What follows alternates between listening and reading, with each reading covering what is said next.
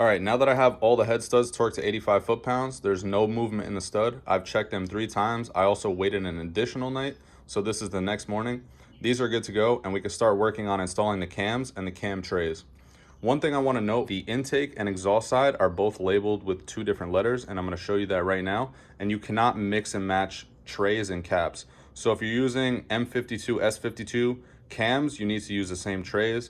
If you're using M50, you need to use the same trays. That's how it goes. You can't mix and match. Also, the cam caps need to be installed in the same direction that they got taken out of. So I'll show you guys that as well. So if we take a look over here, you can see this tray is labeled with an A, and then this tray is labeled with an E. So believe it or not, just because it's German, the A is for the exhaust side, the E is for the intake side. So don't get these mixed up. I've seen people install the E on the exhaust side thinking that it matches up. That's not the case. It is not American, so don't go by the letters. Just go by how it is. So E for intake, A for exhaust. That's very simple. A cam caps, they start with letters followed by a number, so A1, and that goes A1 through A7. So your last is going to be A7, and then the same thing as far as E. So you have E1 to E7. Very, very simple.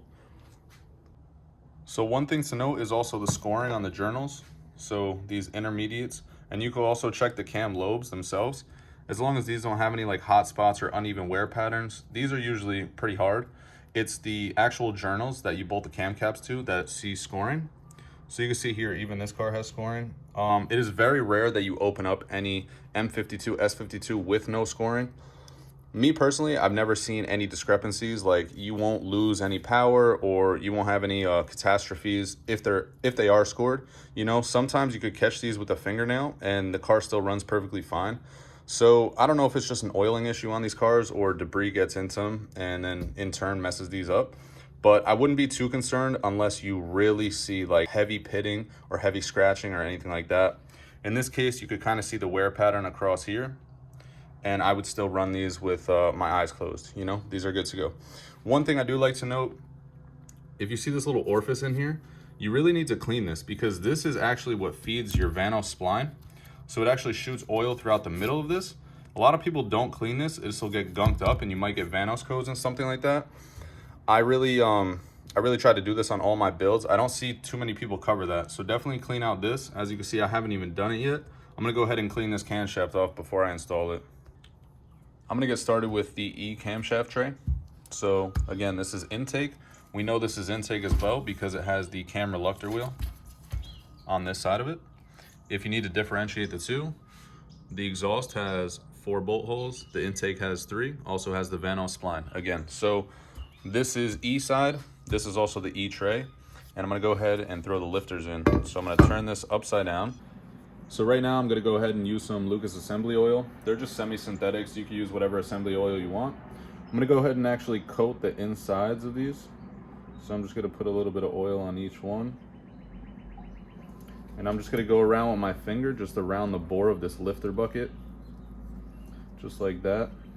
I don't wanna install these dry, so I like to lube everything.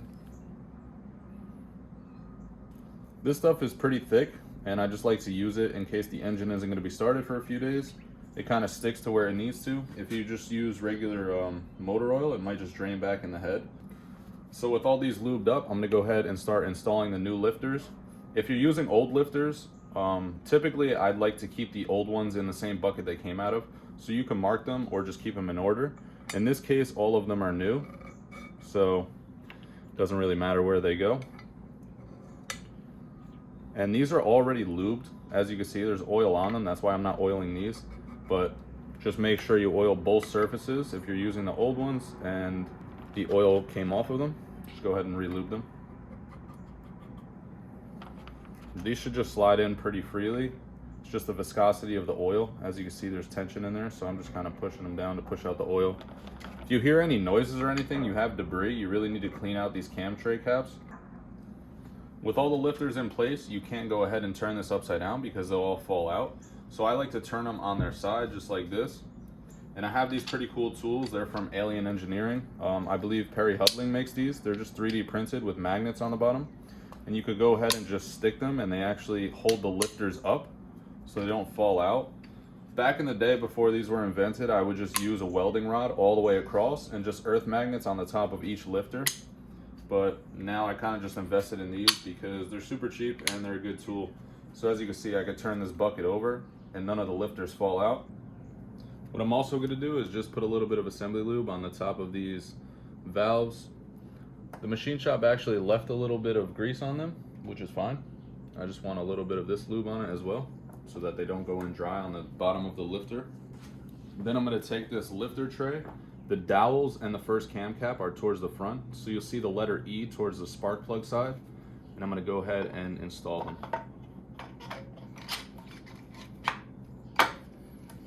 Now that these are in place, I could go ahead and take off my magnets.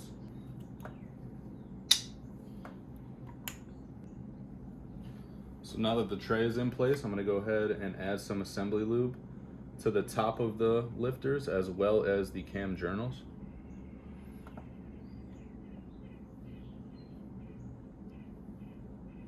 I'm also going to go ahead and just drop the cam in place. I'm not going to bolt them down yet though. With the cam in place, I'm also going to add assembly lube to the lobes as well as the journals.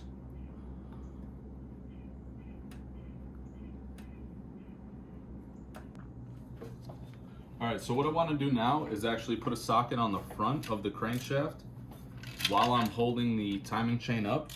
And I'm going to spin the bottom end to top dead center. If you don't hold this chain, there's a possibility that you're going to have some bind, and we do not want that. So that's at TDC right now. We take a look down here, we know we're at top dead center because our OT, or top dead center mark, is lined up with the timing chain cover, that little mark right there. So what I like to do now is, since we're at TDC on the crank, I'm going to go ahead and take my ratchet just about at the thermostat section, and I'm going to go ahead and actually turn it backwards. So I'm going to hold our timing chain, and I'm just going to turn this back about 30 degrees. So right there. And what that's going to do is actually drop the pistons from top dead center. That way, when we're maneuvering these cams, we're not going to have any issues as far as the cams hitting the pistons. So what I like to do here is just move the cam around just until I can see a lot of the threads on top of the cam caps. That way the lifters aren't being compressed by the actual cam lobes, and it'll be a little bit easier to thread on the bolts. So what I'm doing now is just putting a spanner on the end, and I kind of just turn the cam a little bit. That way I could just thread these on. Again, you're not going to thread them on all the way just because it's under compression. So now that we have all the bolts threaded on, I like to just take this spanner and move the cam to a position where it basically takes the lobes off the lifters, like I said. So cylinder 1 or cam cap 2 is depressed a little bit. The rest are pretty much off. So in this case, it leaves a little bit of room for us to tighten it. And what I like to do is just hold the spanner and go a quarter turn each time on these bolts. So by going a quarter turn with a little handheld, it actually will prevent the cam from snapping. A lot of people do snap these. They are hollow, so you should not zip these on with an impact or anything like that, or any electric tools for that matter.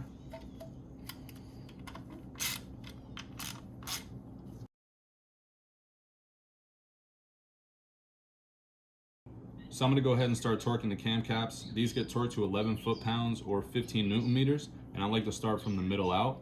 So I went ahead and hand snug these all. So what I like to do is just go evenly. I'll get them about 7 foot-pounds each, and then from there torque them to the full 11.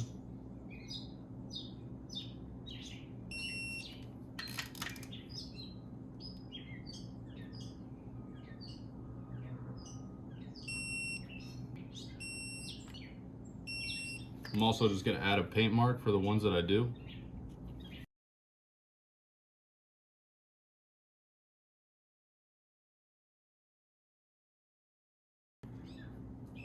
Now that all the cam caps are torqued in place, I'm going to go ahead and rotate this camshaft until it comes up to TDC. So what I'm looking for here is the lobes on E2 or cam cap number 2 to be faced towards the other camshaft. I'm going to go ahead and install my timing block towards the back, and I want this flat on both ends, so I'm a little bit off. I'm going to go ahead and just rotate it back just a hair. Kind of just want to find that sweet spot right there, and that's good to go. I'm gonna go ahead and install this side camshaft and show you guys the rest.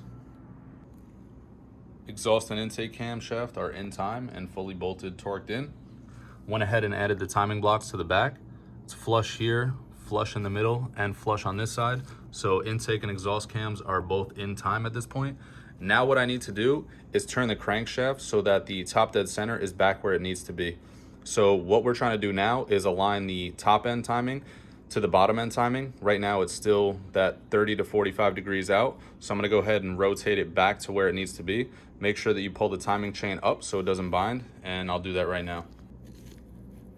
Just to show you guys that we're back aligned with the timing cover and the crankshaft. This is all in time now, and we could go ahead and start putting our Vanos components in.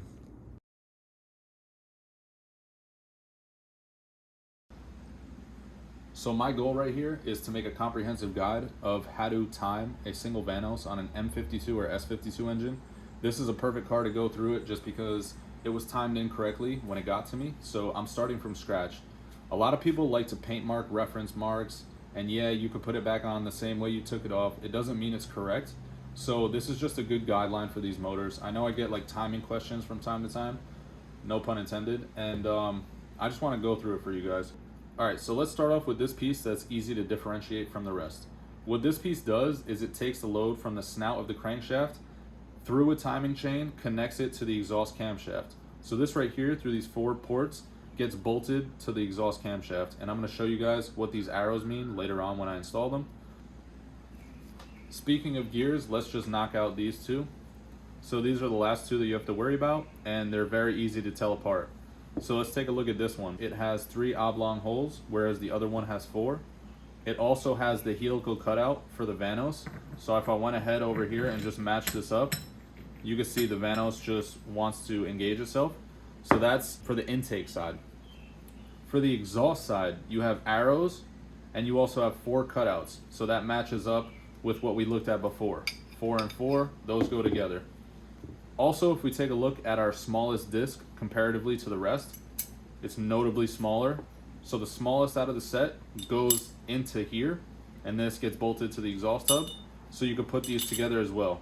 So that covers the exhaust side. Let's turn our attention to the discs now. There's 4 discs and a reluctor wheel. So let's just pick this up because it doesn't look like the rest of the discs. This is your reluctor wheel, which gets picked up by the camshaft sensor. So this gets bolted to the intake camshaft off of 3 studs.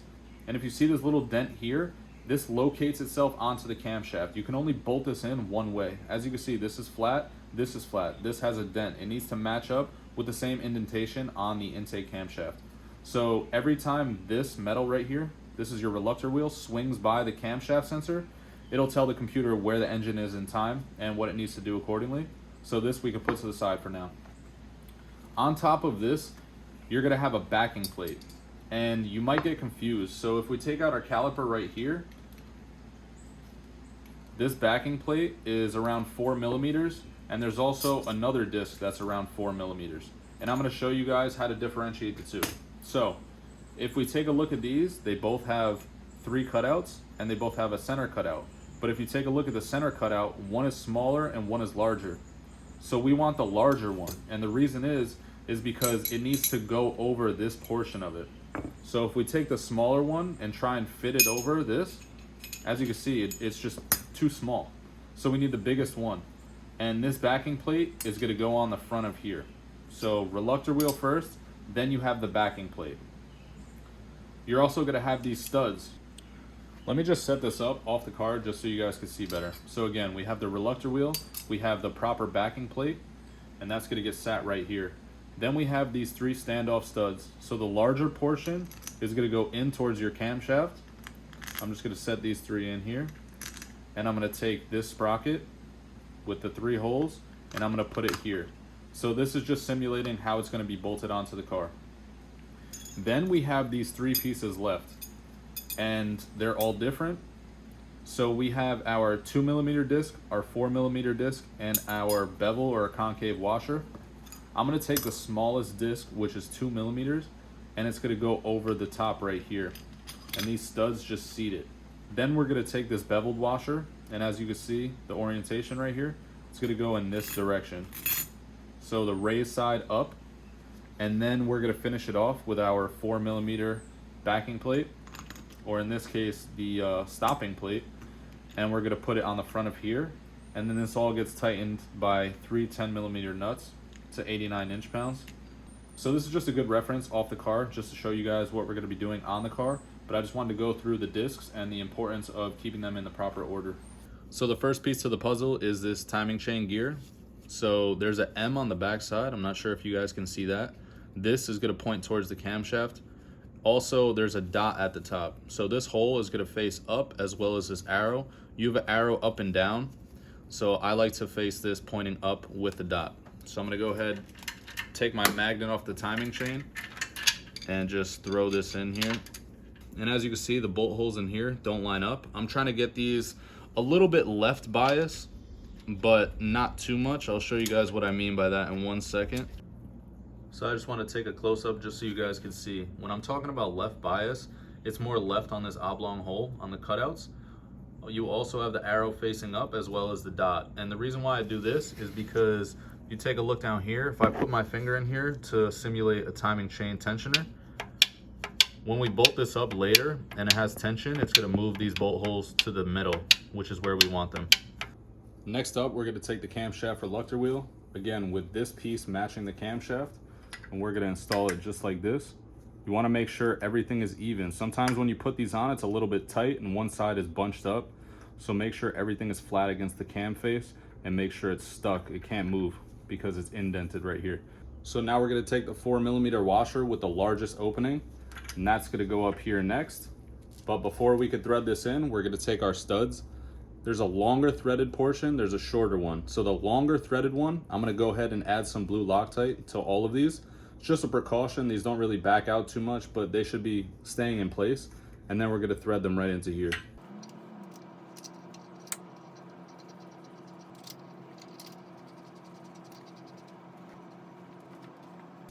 So with those threaded in, I'm gonna go ahead and torque these to 16 foot-pounds. At the same time, I'm just gonna counter hold it with this adjustable wrench. I know that the timing tool is here. I just don't wanna rely on it too much. I wanna counter hold this as I'm torquing it. That way the cam doesn't have any torsion on it.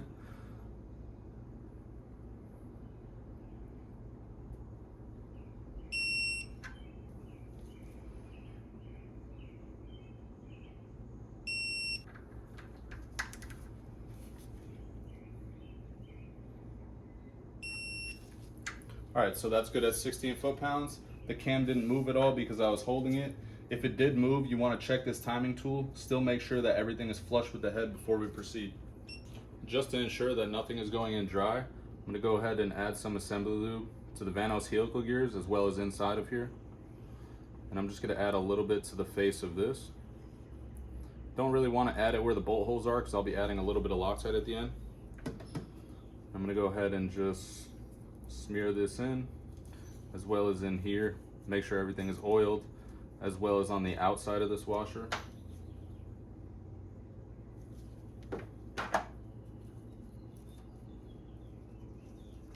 So before we get started, I'm going to insert this smaller plastic chain guide. That's going to go at the bottom. That has 2 bolts. So you have one really small one, one really long one. The really long one is going to go up here. That'll locate itself. And then the really small one, be careful you don't drop this, is going to go on the left side. I'm going to take my small E8. I'm going to go ahead and just work these down hand tight.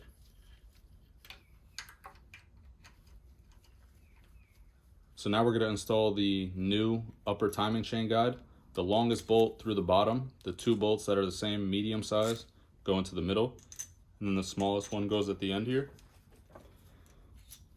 So I'm going to go ahead, just locate this. Just threading these in hand tight. You don't want to torque one bolt at a time, you want to torque them all at the same. The important thing here is that this is just a pin that I put in. So there's a little hole in the top of this upper chain guide. What you want to do is push down on this and insert this, and that'll hold it into place. Now, if you don't do this, this is spring loaded and this is just going to shoot up on you. So you definitely don't want that to happen. I'm just going to insert the pin, and that's going to prevent it from shooting out. After these are in place, we're going to go ahead and take our 2 gears as well as a new chain. I'm gonna go ahead and just insert this. Now, if you're timing this from scratch, this is super important. I already found my marks, but you see an arrow here and an arrow here. I like to locate those top and bottom. So this will point up, and you wanna make sure that this stud particularly bottoms out the same time this stud does. So let me just thread in a bolt for you guys so you can see.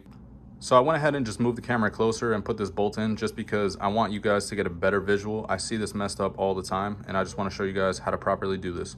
So this gear and this gear need to be in sync with each other.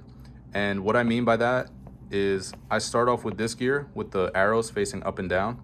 Like I said before, this basically gets me at a good starting location as far as all the way right. So this bolt hole is all the way at the left of its stroke, as well as this stud is all the way at the left.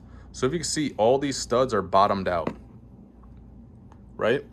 Also, this bolt is just a representation of where this stud is on this cam. So if I went ahead and rotated it all the way left, these studs bottom out left, and this bolt bottoms out left. Now, if I turn it all the way right, these studs bottom out right, this bolt bottoms out right. Also, if I come to the center, the bolt hole is going to be in the center, and this is going to be in the center. So that's how I know these are both synced up and the Vanos is ready to be installed to have the most amount of travel. These helical gears are cut at a little bit of an angle, so that way when we rotate it left, it sucks it into the motor. And that's how you're going to go ahead and install this. But for now, let's just keep putting on the washers.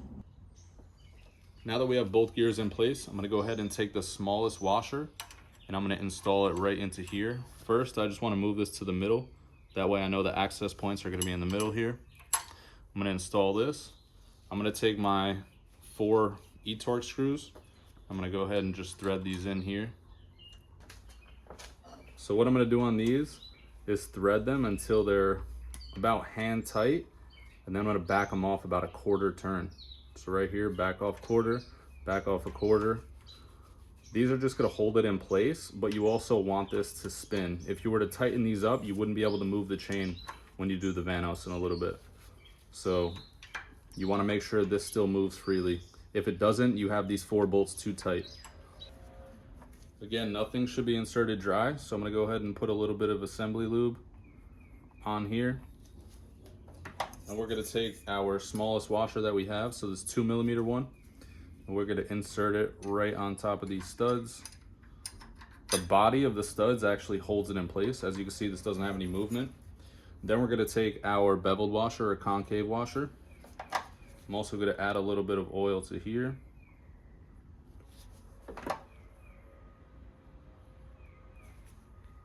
And this is going to go concave side out, so it's going to bevel up.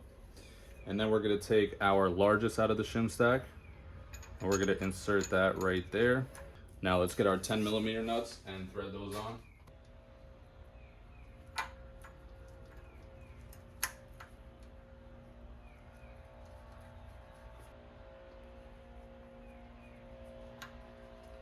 To make sure that these nuts distribute the load evenly on that bevel washer, we're going to go ahead and just snug these down little by little.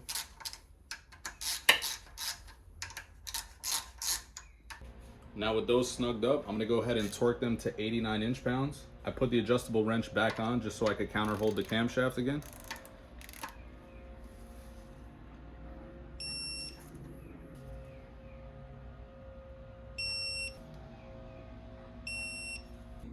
We're at the stage where we're ready to install our chain tensioner. The problem is the OBD2 chain tensioner is controlled by oil pressure. So this is just a hydraulic piston, and we can't simulate oil pressure because we don't have any. So we're going to go ahead and take this piston out. So what I'm doing now is converting this to a chain tensioner. If you don't have the proper tool, this is a good way. So you just take the body of the chain tensioner. I'm going to go ahead and just throw these 10mm nuts down in there. And I'm just going to take a socket that fits in. This is just a crappy old socket. I'm going to slide it in just like that. And what that's going to do is actually give us a rigid thing that's not going to push down. We're going to take this. We're going to go ahead and thread it into the side right here.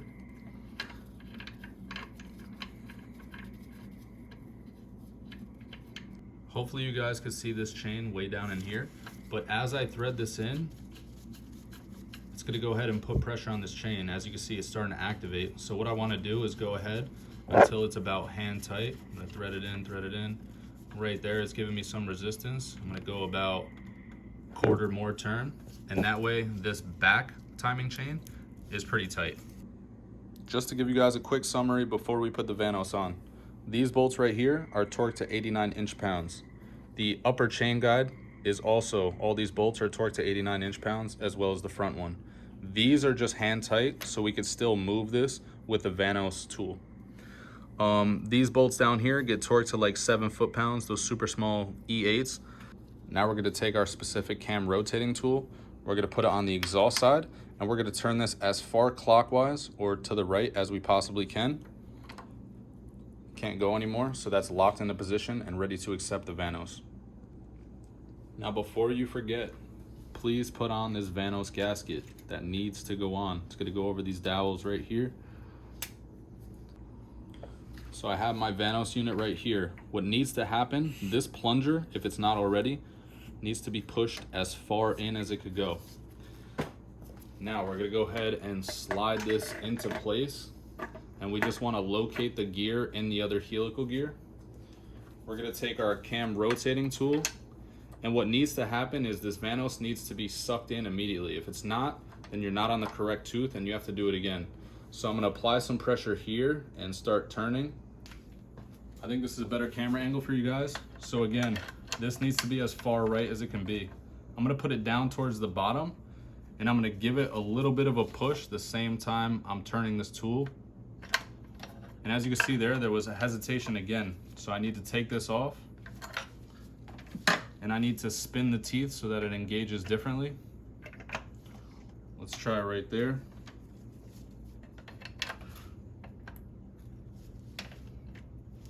So if you guys can see right here, this is the tooth that I need to be on. If you look right here, it'll get sucked in immediately as I move this. And that's how I know the Vanos is installed correctly. If your Vanos gets caught up on the edge right here, there's just a dowel on both of these sides. So you can go ahead and just hit it with your hand. It should fit pretty flush. And at this point, we could go ahead and insert the 6 10mm nuts, as well as the engine eye hook with the 13mm right on here. These bolts, I like to start in the middle and work my way out.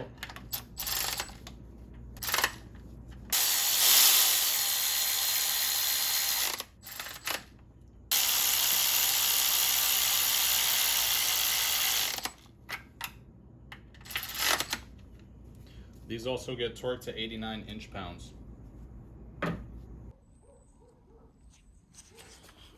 All right, so one of the last things we need to do is tighten up these 4 bolts because everything is locked into place at this point. So I'm gonna go ahead and just snug these up by hand. These 2 access bolts on the front of the Vanos let you torque these lower 2.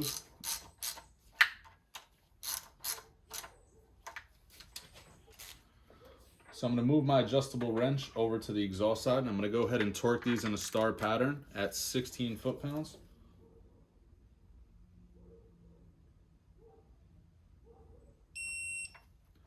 What some people don't do is hold the cam, and it'll actually cause the timings to be slightly off.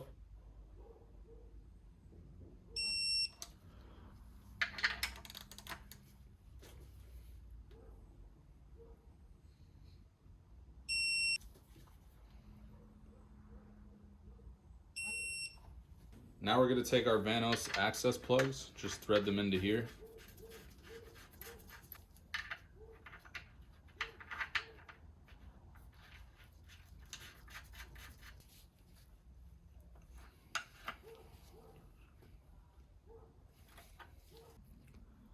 What I'm going to do before I test the timing is just put some assembly lube all over the gears and the chain, as well as the timing chain guide. At this point, we can finally remove this pin, so I'm going to push down on the tensioner and just remove that. And as you can see here, it puts tension on this chain right here. We can also go ahead and unscrew our dummy tensioner and insert the actual one.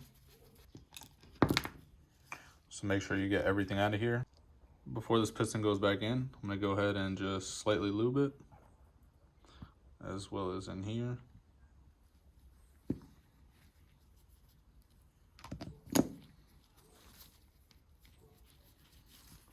Also, don't forget your crush washer. It's going to go right onto here.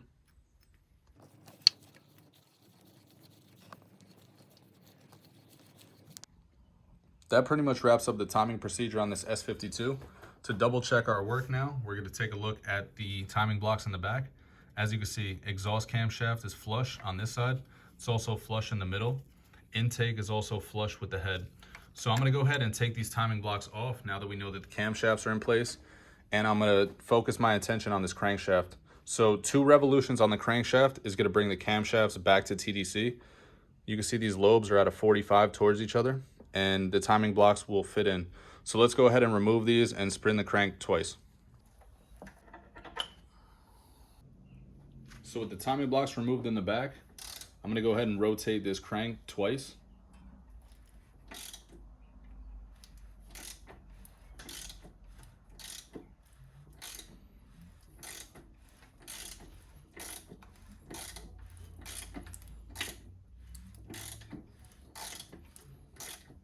So you guys just watched me turn the crank over twice, which then aligns the cams. I went ahead and threw the timing blocks back on the cams, and they're perfectly flush with the head, as well as the damper mark is now aligned with the timing chain cover.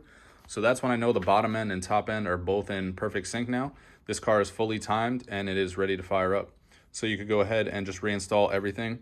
This is how I install single Vanos systems. It is relatively a simple system and super easy to work on.